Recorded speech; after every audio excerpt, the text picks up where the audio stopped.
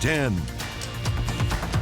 Good evening, I'm Amaya Norman. The Victoria Fire Department responded to a call on Paisano Street at around 6:40 tonight. Firefighters arrived to find light smoke coming from the home when they found fire in the background and swiftly put it out. There were no civil casualties. The Commissioner Court of Calhoun County, Texas will meet on Monday at 2 p.m. in the Commissioner Courtroom in the county courthouse. It will be an open executive session to discuss the process for filling the vacancy in the office of county judge as authorized. This follows the passing of Judge Richard Myers, who passed away unexpectedly in his sleep. For now, Precinct 2 Commissioner Vern Lisi will act as a pro tem county judge.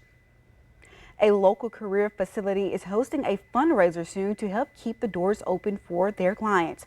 25 News Now Trenton Whiting support stopped earlier today and join us with more details. Trenton. Thanks, Amaya. The Affectionate Arms at 3802 John Stockbauer is a local nonprofit organization that serves the elderly as well as people 18 and older with special needs or other medical conditions. With over 30 years in action, the facility provides several key services to those in need. They also give a place for these groups to socialize with events and activities. And just in March of this year, they were able to include veterans as part of their care. However, they're in danger of closing their doors, and they're looking for a large turnout at their silent auction on December 7th to keep that from happening. We're all going to get old one day. So I think it's just to have this facility here in Victoria, so many are closing down. I think it's so important, and we're just trying to keep this facility open. So any help is very much appreciated. Affectionate Arms accepts Medicare, Medicaid, and insurance provided by the military for those who qualify and need that coverage to receive this daily care. Their registered nurse consultant, Margaret Coleman, is their connection to necessary health care resources. They connect with main care providers and give information on medications and at-home care. Well, it's important for the community to, first of all, know that we're here. A lot of people don't know it's important, so we can continue to provide those services. For the facility to stay open, they're asking the community to come out in force to support and contribute to their cause. Those looking to donate items or money for their silent auction can do so Monday through Friday from 7:30 in the morning to 2 p.m.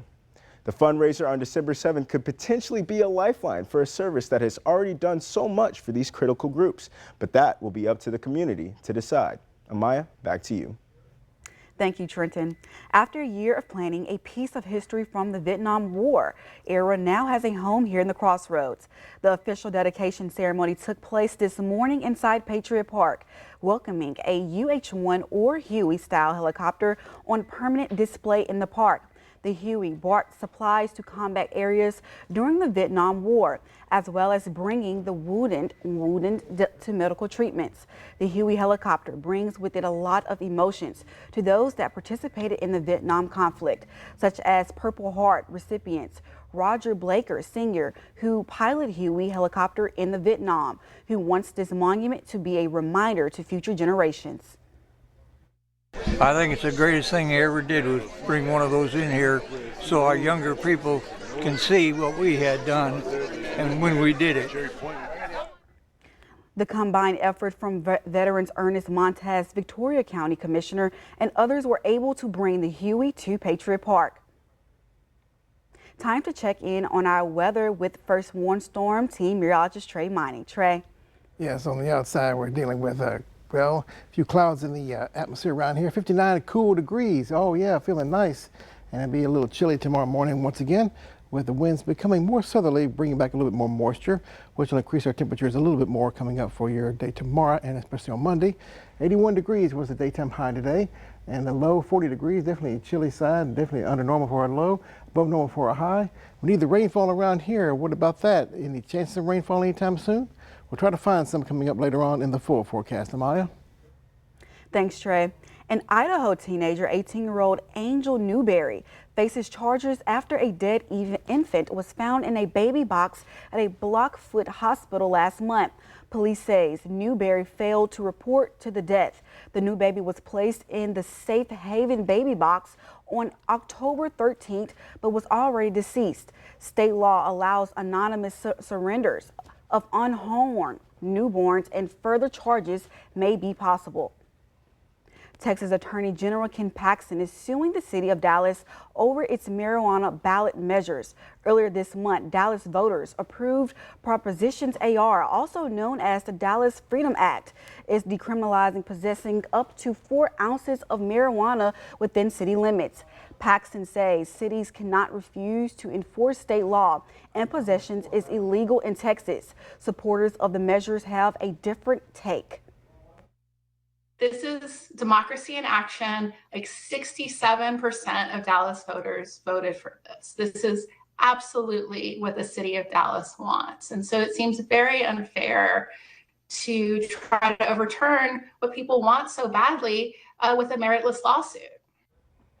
Dallas is now the 6th city Paxton has sued in recent years over similar measures. 2 of those lawsuits have been thrown out. The State Board of Education approved a Bible-infused elementary school curriculum on Friday with an 8-7 vote. The controversial Bible teaching, part of the Blue Bonnet Learning Language Arts curriculum, will be included in the kindergarten through 5th grade materials, which receive a separate vote due to scrutiny. Dr. Young. The Texas State Board of Education was expected to take one final vote today on its preliminarily approved list of kindergarten through 5th grade curriculum. Instead, the list was divided. I would like for us to, in all fairness, remove the Blue Bonnet Learning for members to vote exclusively on those items. The language arts materials that include religious teachings narrowly got approved for use in Texas schools. 8-7, the motion passes. Blue Bonnet will be added to the approved list. The State Board of Education decided to respect students' First Amendment rights to learn about the Bible in a historical and academic setting. Texas Values supports the Blue Bonnet Learning curriculum proposed by the Texas Education Agency earlier this year. They say it's appropriate to include Bible-infused lessons such as the Good Samaritan and the Golden Rule. These materials do pass the test of being used in the classroom and don't violate any kind of religious rights. In fact, the way that they're taught in a setting that children can study the Bible as a piece of literature. Opponents say today's vote politicizes public schools. The approval of this curriculum puts Texas at the center of a national movement to use public schools to promote religious agendas that not even all Christians share. The Texas Freedom Network says they are not against religious teachings in schools. Rather, they want to make sure the content is factually accurate, age appropriate, and does not favor one religion above another. We are going to be mobilizing across the state to make sure that every school district has all of the information about how this is really going to impact their students and their communities to make sure that they reject these materials. The learning material will be available to districts next fall. Each Texas school district can choose whether to use the new kindergartens through 5th grade curriculums. They do get a financial incentive of $60 per student per year to do so. Weather alerts stretch up and down the West Coast as some areas brace for snow, rain, and wind. All this wild weather comes ahead of the year's busiest travel weeks as America celebrates Thanksgiving. Flooded streets in San Francisco as the Bay Area was slammed with heavy rains and winds Friday. More than 20 inches of rain dumped on parts of Sonoma County, according to the National Weather Service. That's over 300% of normal rainfall for November. We've got several more days of this. So any major cleanup, or the bigger cleanup will have to be after the storm passes. More winter alerts issued Saturday for parts of the western U.S. This comes just days after a bomb cyclone pummeled the Pacific Northwest. Some residents there are still recovering. Like this woman who's been living out of her car after her home was damaged by the storms. Well, it was horrible. I mean, I heard probably 6 trees fall around me. In the east, drivers dealing with treacherous conditions on the roads. This is in West Virginia, where some counties are under winter storm warnings. Some areas could see up to 2 feet of snow by Saturday night. All of this extreme weather coming as Americans head into the biggest travel week of the year. When it comes to holiday travel, Thanksgiving is the big one. AAA estimating nearly 80 million people will travel 50 miles or more this week, a new record. and Thanksgiving likely to bring more storms for much of the East Coast. Experts recommend always having an emergency kit in your car, and if you're flying, prepare for delays. I'm Jen Sullivan reporting. And this leads us to your viewer poll for today. How has the recent weather affected your plans? Council plans, minor delays, no impact at all. So far, the leading answer is no impact at all, 92% of you. We want to hear from you. Vote on our website, crossroadstoday.com. Texas reached a $12.6 million settlement with TPC Group over environmental violations related to the November 2019 explosion at the company's port, Nietzsche's chemical plant. To read this full Texas Tribune article, visit our website at crossroadstoday.com. For more on today's news story, come to crossroadstoday.com. Don't forget to submit your birthday wishes. Carolina Estrón and Parker Cox will read them live on 25 News Now Sunrise. You can also submit a local military hero so we can recognize them. Grocery store faces empty shelves due to bird flu outbreak. Coming up. Carol, the outside temperature is currently in the 60s and falling into the 50s coming up by the overnight tonight. Cool start again for your day tomorrow. Warm temperatures to follow. Thanksgiving Day looks like it'll be quite a bit cooler. We'll take a look coming up in your forecast.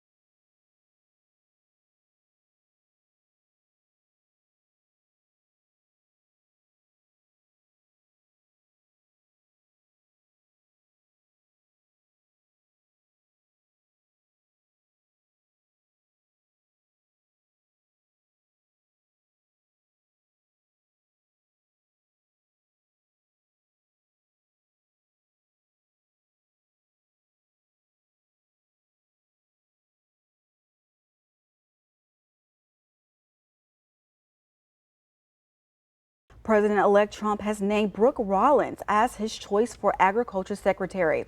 Rollins served in the first Trump administration as a member of his Economic Advisory Council. Trump praised her commitment to supporting American farmers and defending food self-sufficiencies, calling it a second to none. He also said Rollins will lead efforts to protecting American farmers, who he called the backbone of our country. Ukrainian President Zelensky and said Russia war could end next year, expressing confidence in resolving the conflict. He is awaiting proposal from President-elect Trump, as well as leaders from Africa, Asia, and Arab states. Trump, elected for a second term, has questioned continues U.S. aid to Ukraine and claimed the war wouldn't have started under his presidency.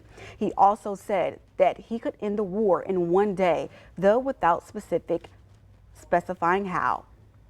The Supreme Court will review Congress' ability to delegate power to the federal agency, a key issue in the ongoing effort to limit federal government authorities. The Biden administration filed the appeal, focusing on how the Universal Service Fund is financed, which provides discounted phone and internet services. The decision could affect how Congress delegates power to agencies, with a ruling expected by June, after President-elect Trump begins his second term. National security officials and U.S. telecom executives met Friday to discuss concerns over Chinese hackers targeting U.S. telecom firms. The White House highlighted Chinese cyber espionage campaigns and how the U.S. can support the private sectors in defending against these attacks. This follows a recent breach by Chinese link hackers who infiltrated U.S. board banned providers, including at T-Mobile, Verizon, and Lumen likely search for sensitive information. Some Colorado grocery stores have empty eggshells, but the question is due to the new cage-free law or a bird flu outbreak. This is about a day and a half's worth. Farmer Nick Shore is trying to keep up with the demand for eggs. Just in the past week, we've almost doubled the amount of customers. His hens, a popular choice for eggs for folks here in Parker. Out of my total customer base, half of them are coming to me just because of reliable eggs. We first told you about these notices going up at stores like this Denver Whole Foods, saying they're experiencing difficulty sourcing eggs that meet their strict animal welfare standards. Same thing at King Soopers, with this notice about a 2020 Colorado law requiring cage-free eggs next to these empty shelves. Unfortunately, those signs in the store got people up in arms. The word that I got is that the shortage is caused by the law, and that is not true. Bill Skebby with Colorado Egg Producers tells me the bird flu outbreak is to blame, not the cage-free law. Farms have had to decrease their flocks by over 100 million hens. When you take that many hens out of the system, you don't get eggs. That's just the bottom line. However you scramble it, local farmers like Shore are ready to step in, even through the cold winter months. Whenever the sunlight decreases, the amount of sunlight per day, the chickens produce less eggs. We put out lights so that way we can at least get eggs year-round. And experts say these shortages won't last forever. You won't see stacks and stacks of extra eggs, but you will see a supply of eggs. Adria Arahita, Denver 7.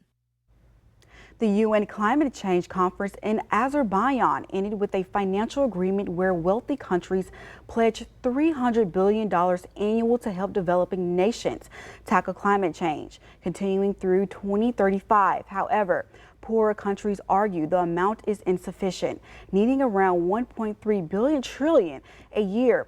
President Biden praised the deal and reaffirmed the U.S. commitment to clean energies, despite President-elect Trump's climate change skepticism. United Postal Service has reached a settlement with the federal government for overestimating the value of its freight division. UPS will pay $45 million to settle charges from the SEC, which accused the company of misrepresenting its earnings. The SEC claims that in 2019, UPS violated accounting principles in valuing its freight unit, relying on an outside consultant who valued it at $2 billion. 3 times higher than UPS initial estimate. Experience our digital streaming service Crossroads Today Plus. Stream our daily newscasts and much more using your connected TV. Just download Crossroads Today Plus on your Roku, Amazon Fire TV, Apple TV, or Android TV. Search Crossroads Today Plus. And once again on the outside, temperatures in the 60s continuing to fall to the 50s coming up by the overnight hours. Tomorrow morning, a little bit of a cool feel to the air again for your Sunday. Warm during the afternoon. Any rain chances headed our way? Tell you what, some cooler temperatures, pretty significant cooling headed our way sometime the next week. We'll give you the details coming up next in the forecast.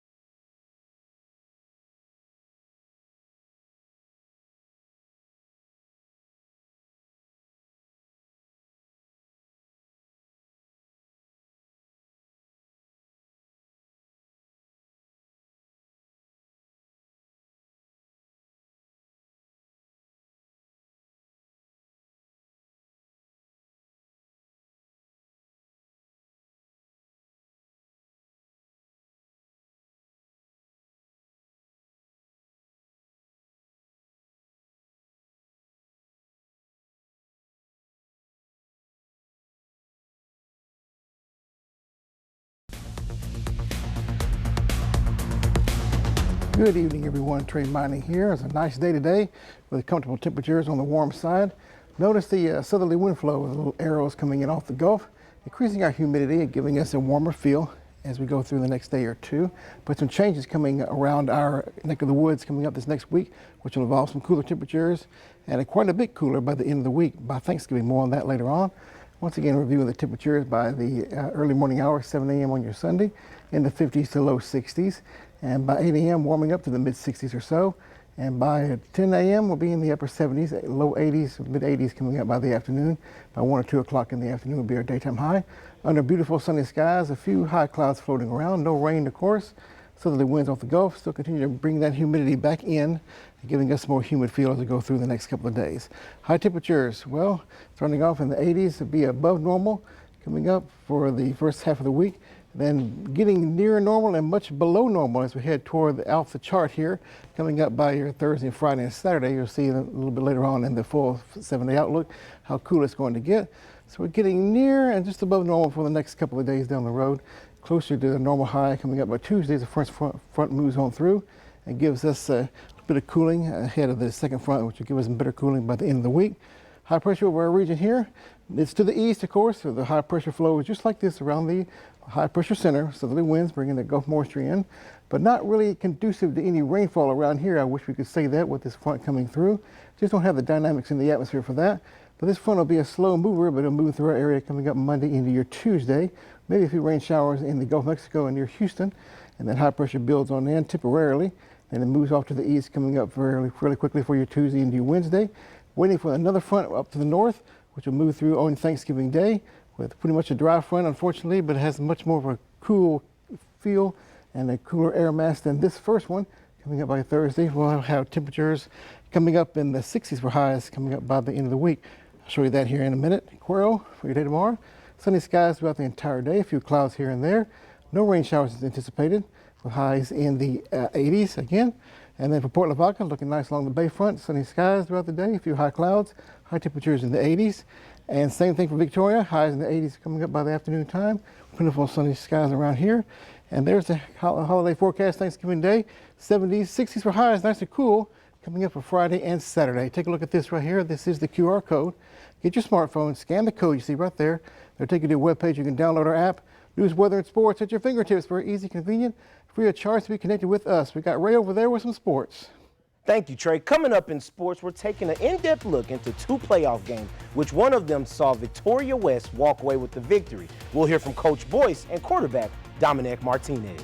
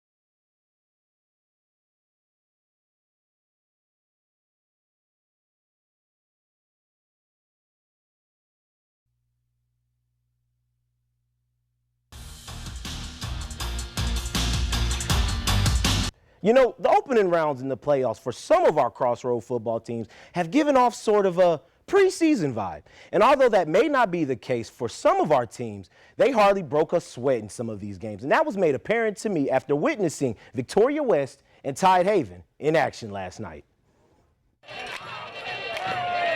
In week 2, I saw 2 dominant outings from our Crossroads teams. Let's start off with the Tidehaven Tigers taking on the Dilley Wolves. And what appeared to be a battle of turnovers for both teams saw Tidehaven win the battle in the first half, scoring 4 touchdowns. 2 of them was by running back Jake Duran to take things over. The Tidehaven Tigers will go on to win the game, final score 56-14. And just 30 minutes away in Memphis, Texas, was Victoria West taking on Alice. And just like the Tigers, West began dominating early on.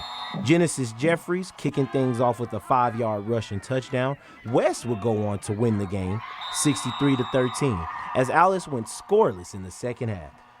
Coach Boyce still credits Alice and is still happy for the win. Hats off to Alice and their season, and Coach Castellanos. I mean, they do a really good job, and I thought both teams came out wanting to get after this game and do their very best for for their teammates, and but we're feeling good. Glad we were able to get the win. Quarterback Dominic Martinez had an impressive outing as well, and he doesn't let the heat of the moment affect his play. I don't think there's really any pressure. Just going through the aspect of round 3. It's a bigger step. It's kind of a curse for us, but we're looking to go take it on and go win. And on to some college football. Both the Longhorns and the Aggies were in action today. And let's start off with the Longhorns taking on Kentucky. The Longhorns on the opening drive in the red zone as Ewer breaks out of this pocket and dots it off to Gunnar Helm for a touchdown. Kentucky was able to return the favor, but once again, it was Ewers to locate him again for a 17-yard touchdown, which also takes the lead once again. Helm led the team in touchdowns with those 2 and totaling 52 receiving yards. The Longhorns did come across some string of bad luck, which was an unfortunate fumble that led to a touchdown for Kentucky. But the Longhorns still pull it off, winning the game. Final score, 31-14. And the Aggies are in action, taking on Auburn in a tough, hard-fought game for the Aggies. A&M went scoreless in the first quarter to Auburn's 14. They were able to answer back and make it a memorable fourth quarter. With a little under a minute to go, Auburn had the ball, to which the Aggies were up 31-28. And the final drive sees them at 4th and goal with 5 seconds to go, and Auburn was able to kick a field goal to tie the game. The game is currently in overtime, and both teams are trading touchdowns. So, guys, how overtime works is the first team that scores a touchdown to another team that doesn't respond wins the game. So, hopefully, when we come back from break, we might have a winner in this game. Amaya? Thank you, Ray, with that sports knowledge. Wicked and Gladiator 2 set to dominate box office, aiming for record-breaking weekends coming up.